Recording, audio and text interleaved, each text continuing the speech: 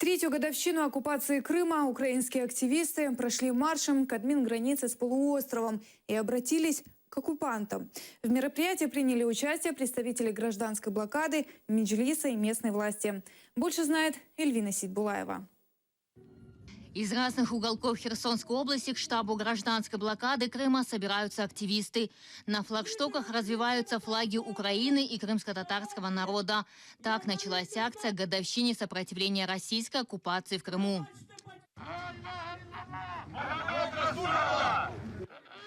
Координатор гражданской блокады Крыма Ленур Ислямов призвал президента и правительство Украины вместе противостоять российской агрессии под украинским флагом. И, наконец, коренному народу в законодательном плане в форме закона быть коренным народом в составе Украины. Зарегистрируйте изменения в 10-ю статью Конституции, что Крым – это крымско-татарская территориальная автономия в составе Украины. Несколько сотен участников акции маршем прошлись к временной админгранице с Крымом. Оттуда активисты обратились к оккупантам.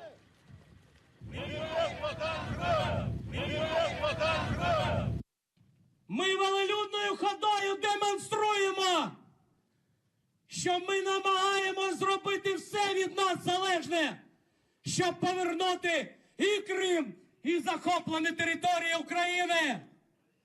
І нехай весь світ бачить, що ми не зламані.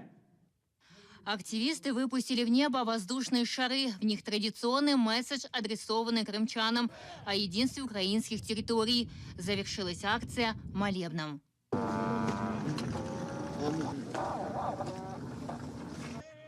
Эльвина Сейтбулаева, Эльдар Тарахташ, Заман, АТР.